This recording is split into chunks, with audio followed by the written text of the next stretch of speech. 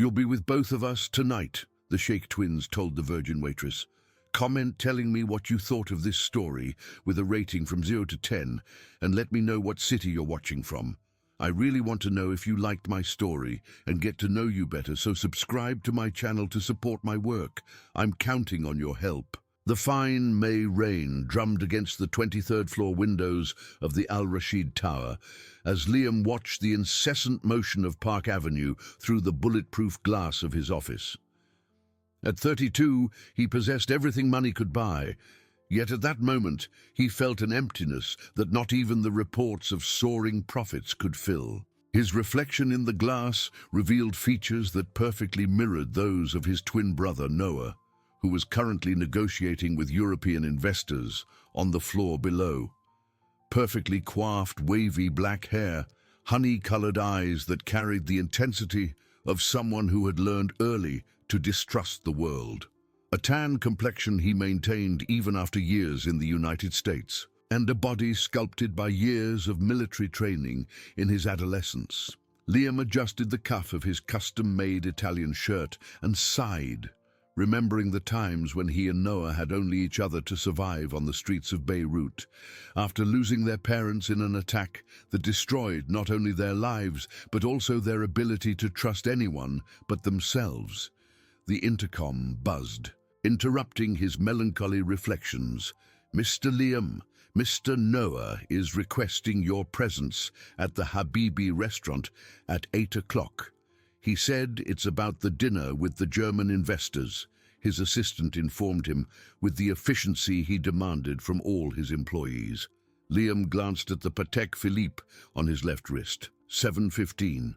Enough time to review the contracts that could expand their oil business into Europe, further consolidating the empire they had built brick by brick since arriving in the United States at 20, with only a container of oil and an unshakable determination. 45 minutes later, the driver parked the armored Bentley Mulsanne in front of Habibi, the most exclusive Arab restaurant in New York City, frequented by an elite who preferred discretion over exhibitionism. Liam walked through corridors decorated with authentic Persian rugs and ornate bronze lamps, breathing in the familiar aroma of spices that instantly transported him to his lost childhood in the Middle East. Noah awaited him at the reserved table, chatting animatedly with two middle-aged Germans representing a conglomerate interested in energy partnerships in Latin America. Seeing his brother approach, Noah smiled with that natural ease that had always made him the born negotiator of the pair, while Liam took on the role of the calculating strategist. "Mein Bruder," Noah said, mixing German and English with the fluency of someone who mastered 6 languages. "I was just explaining to our friends how our distribution logistics can revolutionize the European market." Liam greeted the investors with the professional cordiality he had perfected over the years, but his attention was immediately captured by a female presence moving with natural grace among the tables. A waitress in a simple uniform, but who carried a genuine elegance that contrasted sharply with the artificiality of the socialites who usually frequented their social circles. Curly brown hair tied in a bun that revealed the delicate curve of her neck, expressive green eyes that lit up when she smiled at customers, and a warm skin tone that glowed softly under the ambient yellow lighting. There was something in the way she moved, a natural dignity that could not be bought or taught, only born of genuine inner strength. "Ava, please serve us the best wine in the house," Noah requested when she approached the table, and Liam noted how the name sounded musical in his brother's pronunciation. "Certainly, sir. I recommend our Chateau Margaux 2010. It pairs perfectly with the lamb the chef has specially prepared tonight," she replied in a soft but confident voice, demonstrating knowledge that surprised the 4 men accustomed to being served by staff who only followed orders without question. As she walked away to get the wine, Liam felt something he hadn't experienced in years, genuine curiosity for another person, not just physical attraction, which was common and easily sated, but an inexplicable need to know the story behind those green eyes that seemed to hold secrets and determination in equal measure. "Interesting choice of staff," commented one of the Germans, watching Ava with obvious interest. "In my country, waitresses rarely have knowledge of high-quality wines." Noah and Liam exchanged a look that needed no words. Years of absolute complicity allowed them to communicate without speaking, and at this moment, both felt the same unsettling sensation, an instinctive protectiveness towards a woman they had just met. In the United States, talent and knowledge can be found in the most unexpected places, Liam replied diplomatically, but his voice carried a subtle warning tone that the German immediately picked up. When Ava returned with the bottle and began the ritual of presenting the wine with precise movements that revealed professional training, Liam allowed himself to study her more closely. He noticed the simple class ring on her right ring finger, a sign that she had achieved higher education despite her obviously modest circumstances.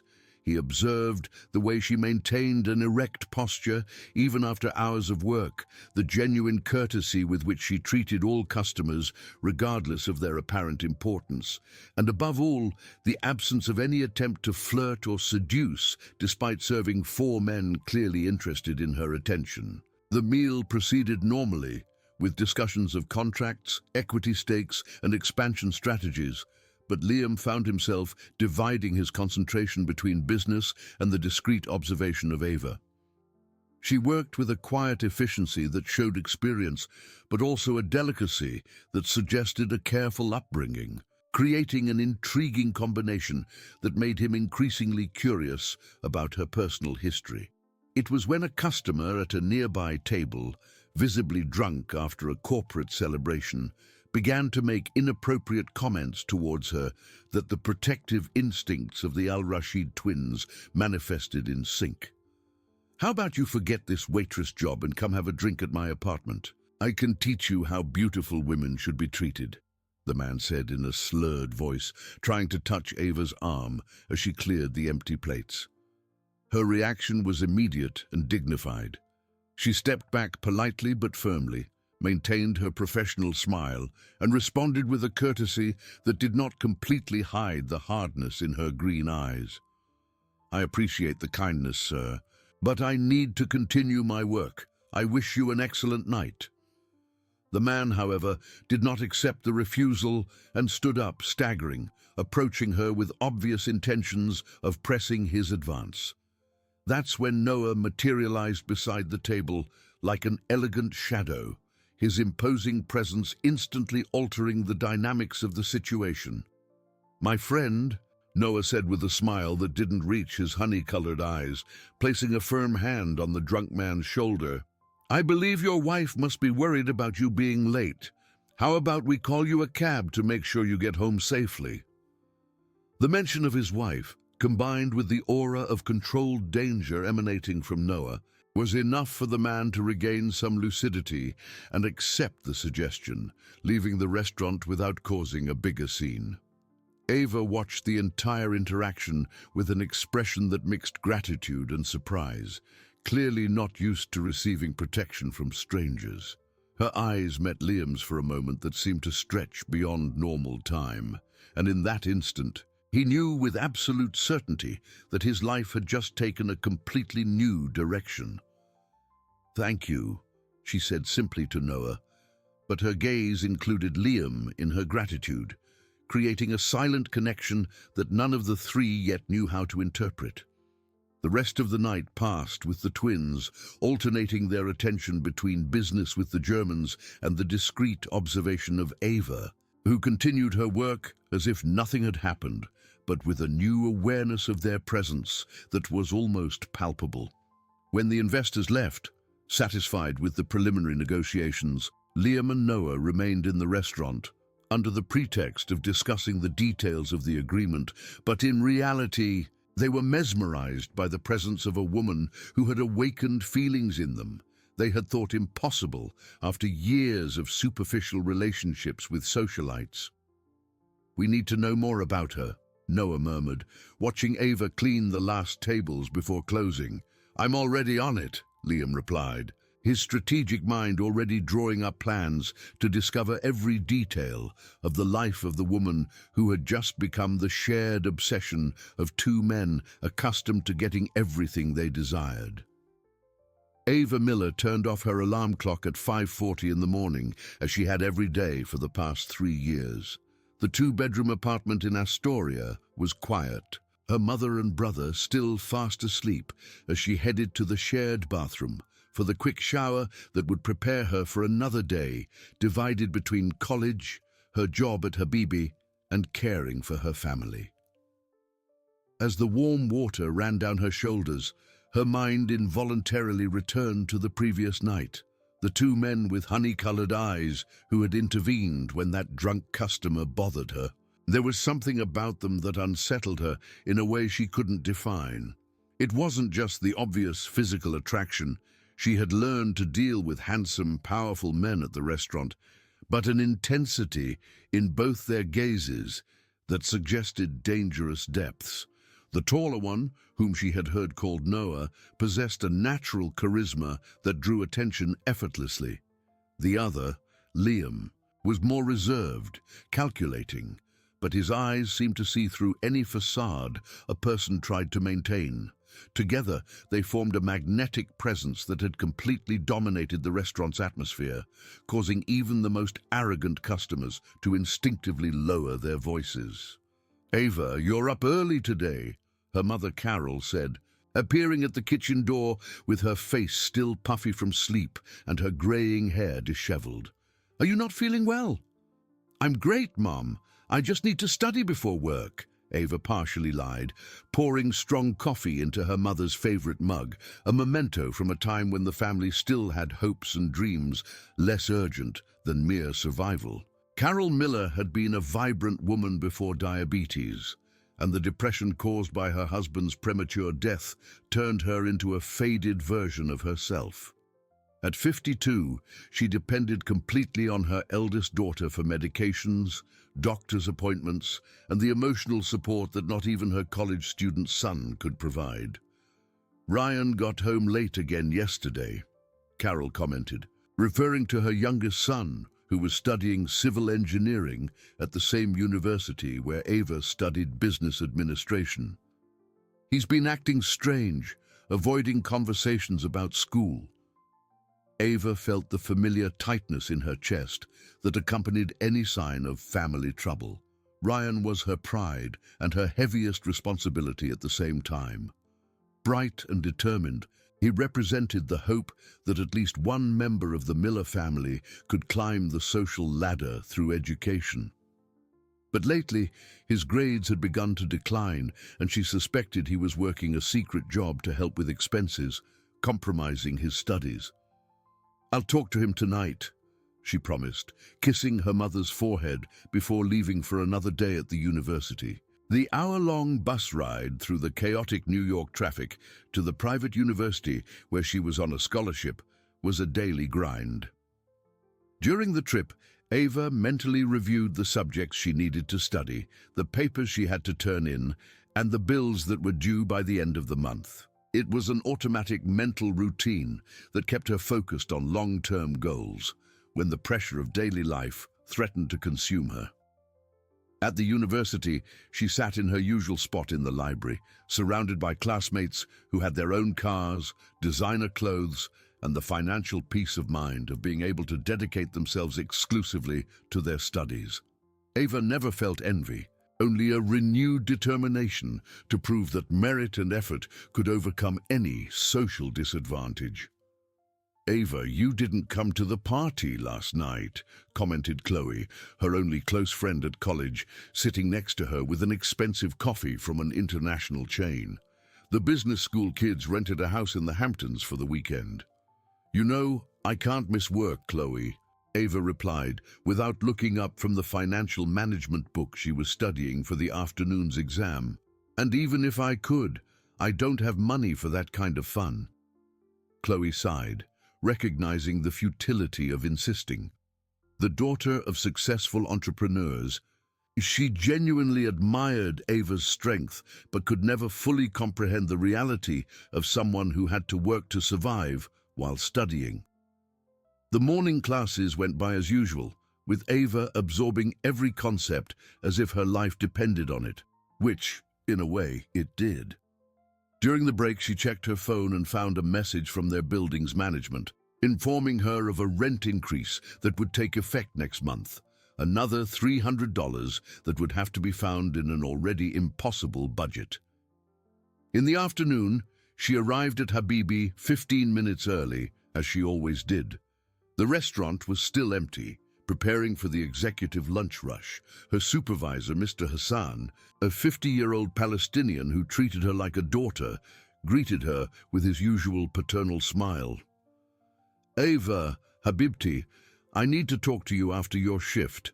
It's about an opportunity that might interest you," he said with a mysterious expression that immediately activated her alarm bells. During the traditionally quieter afternoon shift, Ava found herself repeatedly thinking about the Al-Rashid twins. There was something in the way they watched her that transcended a customer's casual interest in a waitress. It was as if she were a puzzle they were determined to solve, a feeling that was simultaneously flattering and disturbing. Mr. Hassan called her for a private conversation in the administrative office as soon as the last customer left. The small, cramped room, decorated with photographs of Palestine and restaurant-quality certificates, smelled of spices and old papers. "Some clients were asking about you today," Mr. Hassan began, carefully watching her reaction. Important men with a lot of money and influence. Ava felt her blood run cold. "What kind of questions?" "Nothing inappropriate, you know me. They wanted to know about your family, your studies, your personal situation. They offered a generous amount just for the information, but I refused, of course." Indignation rose in Ava's throat like bitter bile. "Who were they?" "The men from last night," Mr. Hassan confirmed with a nod, his expression revealing genuine concern. "The Al-Rashid brothers are powerful people, Ava. Very rich, very connected, but also very dangerous when they want something. You need to be careful. They have no right to investigate my life," she responded with a firmness she didn't entirely feel. Beneath the anger, there was a current of fear that deeply unsettled her. "Habibti, men like them don't ask for permission to do what they want. I'm warning you because you are like family to me. If they've decided they want you, they will find a way to get you." Ava left the restaurant that night with a sense of vulnerability she had never experienced. The entire way home, she nervously looked over her shoulder, wondering if she was being followed. The idea that her privacy had been invaded by two strangers, no matter how attractive they were, sparked a fury that competed with a disturbing curiosity about their motivations. At home, she found Ryan studying at the kitchen table, surrounded by engineering books and calculators. Her younger brother had grown up in the last 2 years, developing their father's height and bone structure, but retaining the sensitivity and intelligence that made him special in her eyes. "Rai, we need to talk," she said, sitting next to him with 2 cups of coffee. "Mom said you've been coming home late. Is everything okay at school?" Ryan avoided her gaze, focusing excessively on the numbers of the equation he was solving. "Everything's normal, Ava. Just some extra assignments." "Extra assignments or an extra job? Did you get a job without telling me?" The direct question forced Ryan to look up, revealing a guilty expression that confirmed her suspicions. "It's just part-time, Ava. Tutoring math for freshmen. It's not interfering with my studies." Ava knew he was lying, but she also recognized the family's stubbornness he had inherited from their father. Ryan would never admit he was sacrificing his own opportunities to help the family, just as she would never reveal how much that responsibility weighed on her emotionally.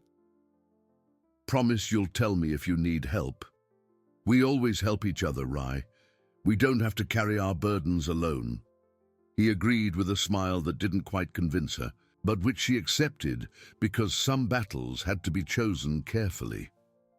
That night, lying in her narrow bed in the room she shared with her mother, Ava looked at the peeling ceiling and allowed herself for the first time in years to question if she was on the right path. She had dedicated all her efforts to family stability, sacrificing relationships, fun, and personal dreams for a responsibility she had taken on as a teenager. And now two powerful men had decided to investigate her life for reasons she couldn't comprehend, introducing a dangerous variable into a carefully controlled existence. The feeling of being watched, studied, and evaluated like a commodity sparked an anger that competed with an inadmissible curiosity about what exactly they saw in her that justified such interest. The sound of rain against the window lulled her to sleep, but her last conscious thoughts were occupied by honey-colored eyes and the unsettling feeling that her life was about to change in ways she couldn't even imagine. Liam observed the photos his private investigator had delivered that morning, spread across the mahogany desk in his office like pieces of a puzzle he was determined to assemble. Images of Ava walking through the university, waiting for the bus, talking with her mother at the door of their modest apartment in Astoria. Each photograph revealed a woman who carried the weight of the world on her shoulders, but without ever losing the dignity that had fascinated him from the first moment. Noah entered the office without knocking, as he always did, carrying 2 cups of Arabic coffee and an expression that mixed curiosity and concern. "Did you find out anything interesting about our waitress?" Ava Miller, 24 years old, business administration student at NYU on a full scholarship, lost her father at 16 in a work accident, has since supported her diabetic mother and college student brother, has worked at Habibi for 3 years, never missed a single day, has the best evaluations among the staff, Liam recited, memorizing every detail as if it were data for a crucial business acquisition. "And her personal life?" Noah asked, sitting in the leather armchair across from his brother's desk. "Non-existent.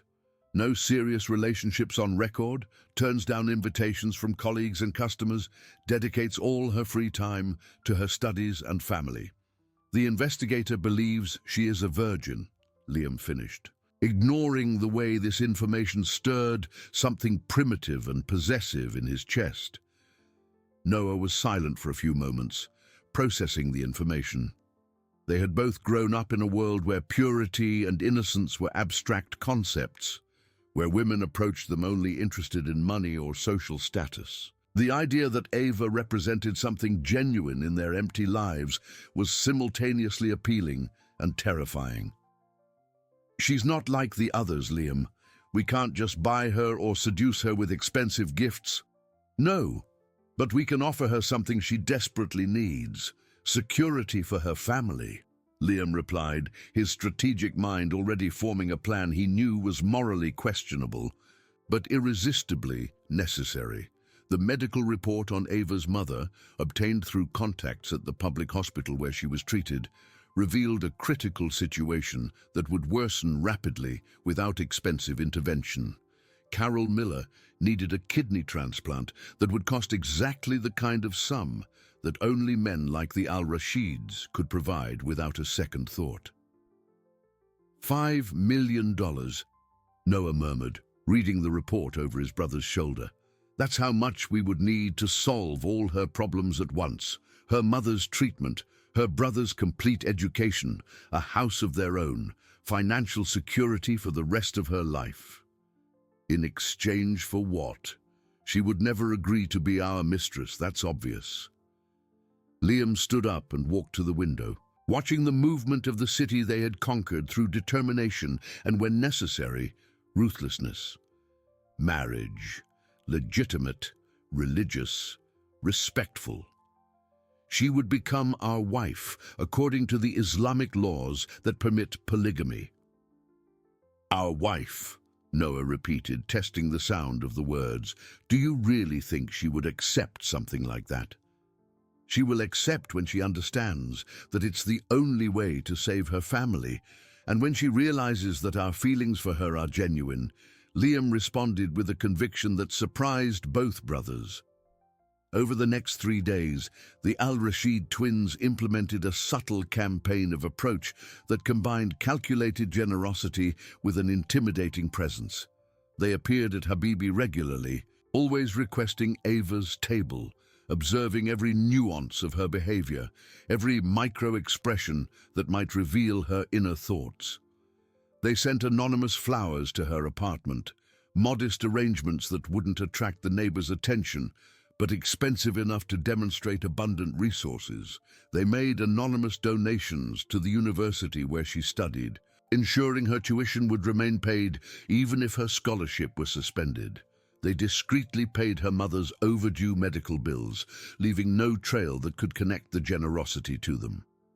Ava noticed every gesture, every impossible coincidence, every problem that mysteriously resolved itself.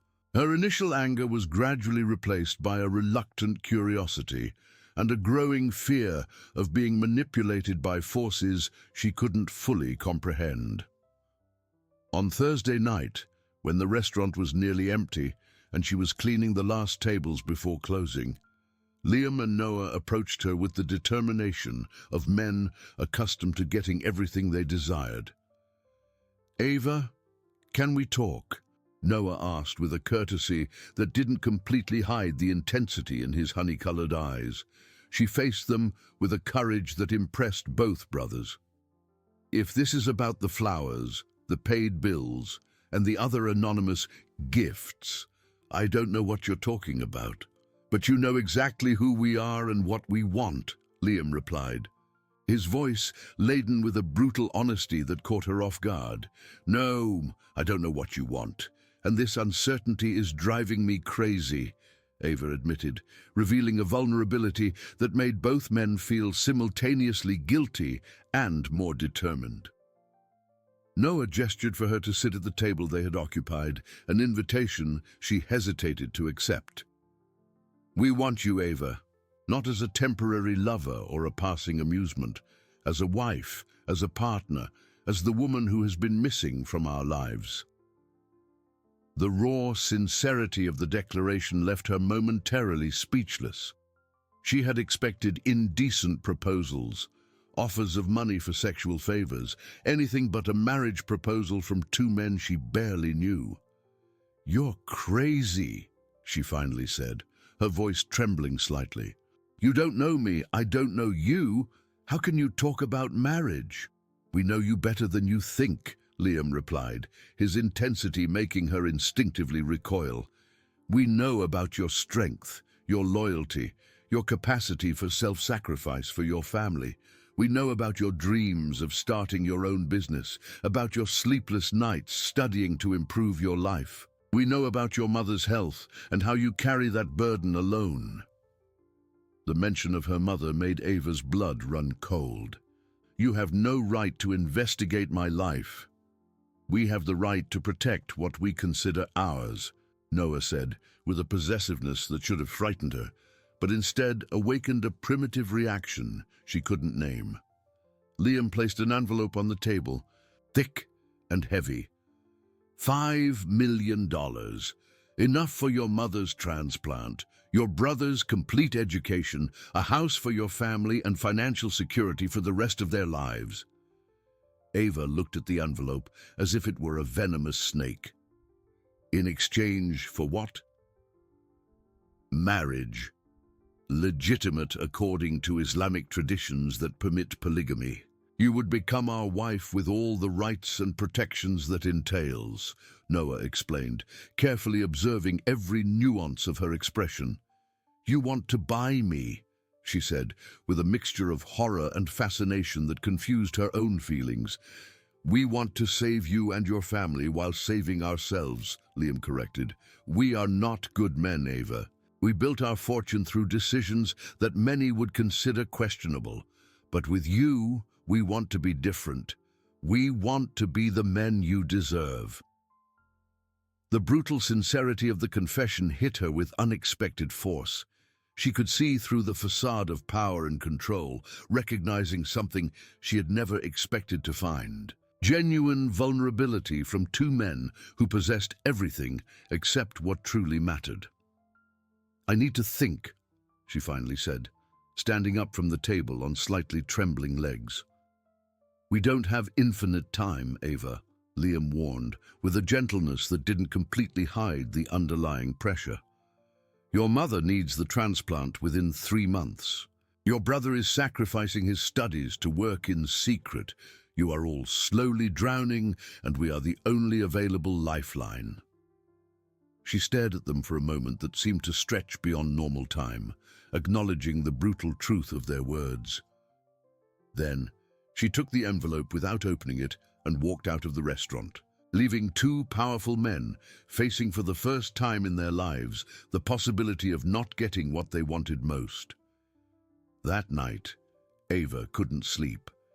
The envelope remained untouched on her study desk, but its presence completely dominated the small room she shared with her mother. $5 million. A sum that would solve all her family's problems, but would cost her freedom and perhaps her soul. And yet, there was something in the intensity of the Al-Rashid twins' honey-colored eyes that suggested that maybe, just maybe, she wasn't the only one giving up more than she expected to receive in this impossible transaction.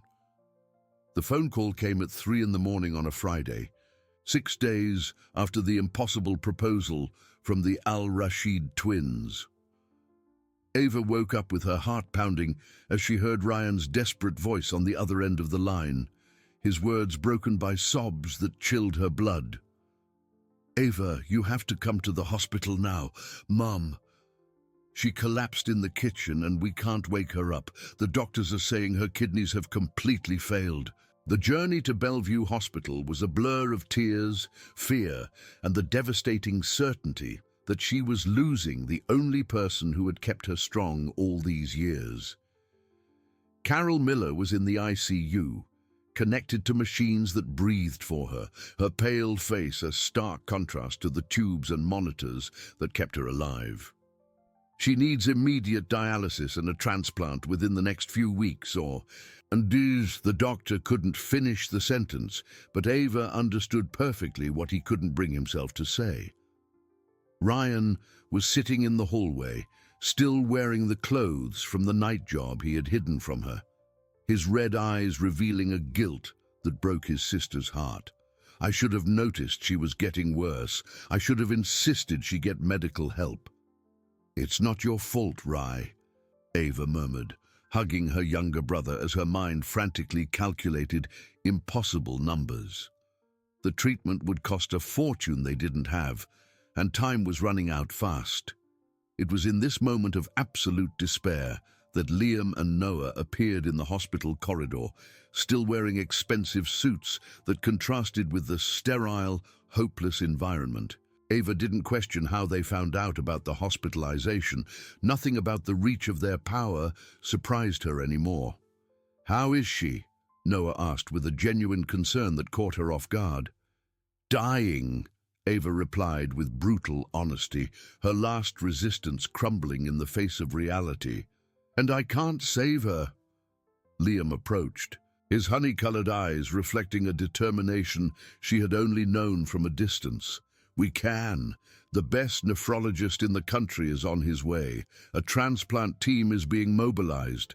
Everything will be resolved by tomorrow night." "I can't accept this without giving something in return," Ava said, finally understanding that pride was a luxury she couldn't afford when her mother's life was on the line. "You know what we want," Noah answered softly, but with an intensity that made every nerve ending in her body vibrate with recognition. The wedding was held a week later in the Al-Rashid's mansion on Park Avenue, in an intimate ceremony presided over by an imam who had known the family for years. Ava wore a white silk kaftan embroidered with gold thread, a gift Liam had personally chosen, respecting both her modesty and her natural beauty. Carol, still weak, but visibly better after the successful transplant, cried tears of joy and concern as she watched her daughter join her life to two men who represented a completely different world. Ryan, initially hostile to the situation, had gradually accepted that the Al-Rashids had not only saved his mother, but had offered the family a security he had never imagined possible. Ava Miller, do you accept Liam and Noah Al-Rashid as your husbands, promising to honor, respect, and love them according to the traditions of Islam? The Imam asked solemnly. She looked into the eyes of both men, recognizing a vulnerability that transcended any financial transaction. I do, she replied, surprised by the conviction in her own voice. The months that followed brought a transformation that none of the three protagonists had fully anticipated. Ava did not become just a trophy wife living in the mansion, but an active partner who applied her business education to reorganize various aspects of the Al-Rashid businesses, introducing efficiencies that impressed even the most experienced consultants. Liam discovered that true control didn't mean domination, but the careful protection of someone who had chosen to trust him completely. He watched Ava study at night to complete her degree, supported her entrepreneurial dreams, and gradually learned that shared vulnerability was more powerful than any business strategy. Noah, for his part, found in Ava the emotional anchor he had always unknowingly sought. She tempered his impulsiveness with practical wisdom, laughed at his jokes, and most importantly, saw through his charming defenses to recognize the insecure man hiding behind the natural charisma. The first real crisis came 6 months after the wedding, when rivals from the Middle East discovered Ava's existence and tried to use her as leverage against the brothers. Threats arrived by phone, anonymous photos of her were sent, and an actual kidnapping attempt was thwarted by minutes thanks to the security system Liam had discreetly implemented. It was during this crisis that Ava proved she was not just a damsel in distress, but a partner capable of weathering any storm alongside the men she had come to love, despite all the impossible circumstances. She refused to hide, insisted on maintaining her normal routine, and when confronted directly by their enemies, she showed a courage that made her husbands proud and terrified her adversaries. "They can threaten me, but they won't break me," she declared in a tense family meeting, her green eyes shining with determination. "I chose this life. I chose both of you, and I will not let cowards destroy our family." The conflict's resolution came through a combination of the Al-Rashid's calculated brutality and Ava's strategic intelligence, which identified vulnerabilities in their opponents that her husbands had overlooked. Together, they not only neutralized the threats, but expanded their business into territories they had previously considered impenetrable. 2 years after the wedding, Ava was pregnant with twins, a poetic irony that made them all laugh through tears of joy. The Park Avenue mansion had transformed into a true home, where 3 wounded souls found not only love, but completeness. Carol, fully recovered and living in a new house in the same neighborhood where she had raised her children, regularly visited her grandchildren-to-be, marveling at her daughter's transformation from a struggling waitress to a respected businesswoman and beloved wife. Ryan, having graduated with honors in engineering and working for a company owned by the Al-Rashid family, had become the protective brother he always wanted to be, but now with the resources to truly make a difference. Can you believe this all started because 2 powerful men fell in love with a waitress? Ava asked one night, lying between Liam and Noah in the king-size bed they shared in the master suite. 2 lost men fell in love with a woman who taught them what it meant to have something to live for, Liam corrected, his hands gently stroking the rounded belly that carried their children. And a brave woman discovered that sometimes accepting help isn't weakness, but wisdom, Noah added, kissing her forehead tenderly. Outside, New York City continued its frantic pace, indifferent to the miracle that had occurred in the Park Avenue mansion. Three people whom fate should never have brought together had created something impossible and perfect.